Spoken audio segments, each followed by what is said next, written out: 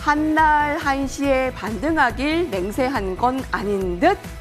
네, 카카오 삼형제 오늘도 반가운 반등. 그 가운데서도 카카오뱅크의 반등은 굉장히 반가웠습니다. 특히 카카오뱅크가 9거래일 만에 상승이죠.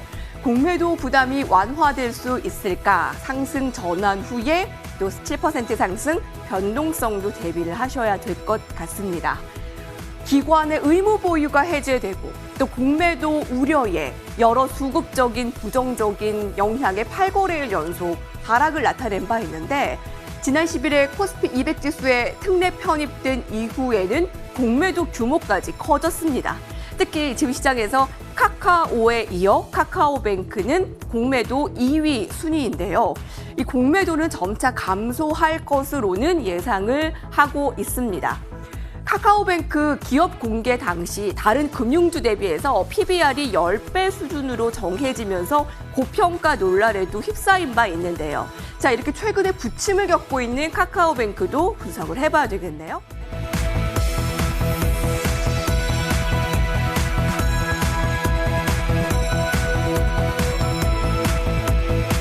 하락은 같이, 자, 반등은 따로. 자, 카카오 계열사. 자, 주가 탄력이 좀 다른 듯 합니다. 각각에요. 저 어떻게 바라보십니까? 김정남 위원님. 네, 일단은 최근에 카카오가 사실 정부에서 규제가 좀 나오다 보니까 일단은 상당히 보면 주가 좀 많이 빠졌고요. 그리고 이제 카카오뱅크 같은 경우도 하락을 많이 했는데요. 일단은 그 두 종목의 특징을 본다면은 일단은 PBR 같은 경우도 보면은 상당히 고평가됐다는 논란들이 좀 있었고요. 그다음에 PER에 대한 봤을 때도 마찬가지로 카카오 같은 그런 이야기 있었는데 중요한 것은 정부의 규제에 대한 그런 이야기 자체 나왔기 때문에 어떤 네이버나 카카오 약세를 보였고 이제 카카오뱅크 같은 경우에는 일단 특례에 보면은 지금 현재 보면은 또 코스피 200에 특례 편입을 했기 때문에 그 관련해서 보면은 코스피 200 편입하게 된다면 공매도를 좀 할 수 있기 때문에 그런 부분 자체가 보면 또 카카오 뱅크에 일단 공매도를 유발시키는 그런 상황이 되었고 실제 보면은 그 이후에 외국인들 공매도가 상당히 큰 폭으로 나왔는데요. 일단 매도 규모 줄었지만은 오늘 같은 경우도 보면은 공매도 나왔거든요. 다만 이제 단기로 지수가 종목 자체 보면은 좀 주가가 급락을 하다 보니까 거기에 따른 일부 보면 쇼커버링 매수 자체도 들어오지 않는 상황이 되는데요.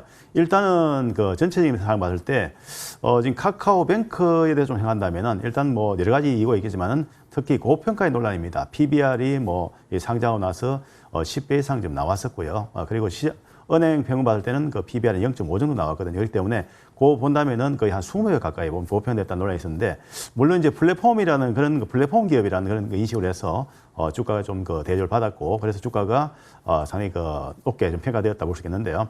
어쨌든 최근 상황은 이제 고평가 논란이 좀 계속 좀 되고 있습니다. 그렇기 때문에 일단은 카카오뱅크 같은 경우는 일단 최근에 나왔던 내용들 보면은 지난번에 블록딜이죠. 우정사업본부의 블록딜을 보면은 1조 원 정도 또 내각이 나왔는데 그때도 보면은 할인율이 한 9% 정도 나왔었어요. 그러다 보니 그때부터 해가지고 주가 상당히 좀 부정적인 흐름이 나왔거든요. 그렇기 때문에 일단은 시장에서 받아들인 건 뭐냐면은 일단 고평가에 대한 인식 자체가 좀 주가에 좀 어느 정도 반영이 되었다고 지금 보고 있겠고요.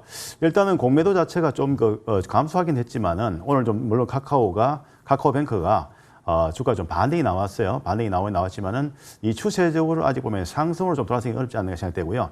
제가 지난번에 카카오뱅크에 대해서는 이 87,000원대 정도, 그 정도 되면 일단은 한 번쯤 차익도 좋겠다 그런 말씀 드린 바 있는데요. 사실 그 이후에 조금 올랐다가 이제 좀 지금 현재 밀렸거든요. 밀렸다가 오늘 반등이 나왔는데 어쨌든 지금 아직까지도 보면 논란은 여전합니다. 플랫폼 기업이냐 아니면 은행이냐. 사실 저는 그렇습니다. 어차피 카카오뱅크라는 것은 말 그대로 은행 업무를 하고 있고요. 그다음에 플랫폼 기업이기도 하긴 합니다만 어떤 어느 한쪽이다 보기보다는 양쪽에 같이 걸쳐 있는 그런 상황이 하기 때문에 어차피 시장이 평가하는 것이고요. 시장이 평가한 대로 주가는 결정되어질 것입니다. 그렇기 때문에 일단은 주가 차트를 카카오뱅크를 잠깐 한번 보면서 좀 설명을 좀 드리고자 합니다. 일단 상장하고 나서 주가를 본다면은 이렇게 상승을 쭉 했었죠. 하다가 보면은 이 하락 조정을 지금 보이고 있는데요. 일단 지금 보면은 1단계 지금 하락하고 나서 반등이 나왔다. 2단계 하락이죠. 그러면 지금 상장하고 나서 첫날 가격대까지 와 있어요. 와 있는데 아직까지 보면은 오늘 물론 양보를 만들면서 그래 좀 수반하면서 상방으로 전환했지만은 현재 상황에서 완벽한 그 반등 상승을 보기 어렵겠고요. 일단 이 구간에서는 또 그 지지대가 좀 확인이 좀 필요한 사이고요. 무엇보다도 이제 이 공매도에 대한 부분인데 공매도 자체가 좀 일단락되면은 일단 좀 좋아질 수 있는 그런 구조가 되겠는데요.